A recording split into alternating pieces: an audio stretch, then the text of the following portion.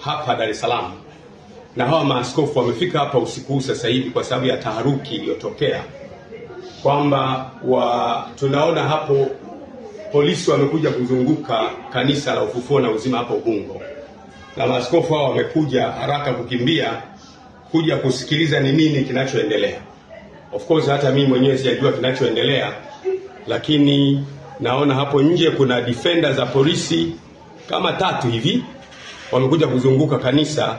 Hatujajua nini kinaendelea. Kwa hiyo tunataka maaskofu wenzetu wote na wachungaji wetu wote na waumini wetu wote mjue kwamba usiku huu saa 5 sasa hivi tarehe ngapi leo?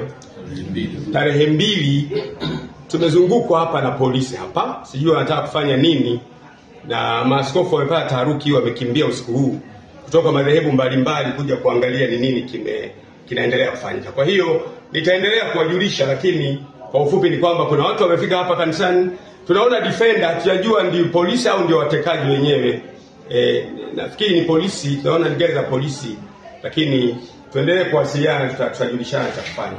Asanteni.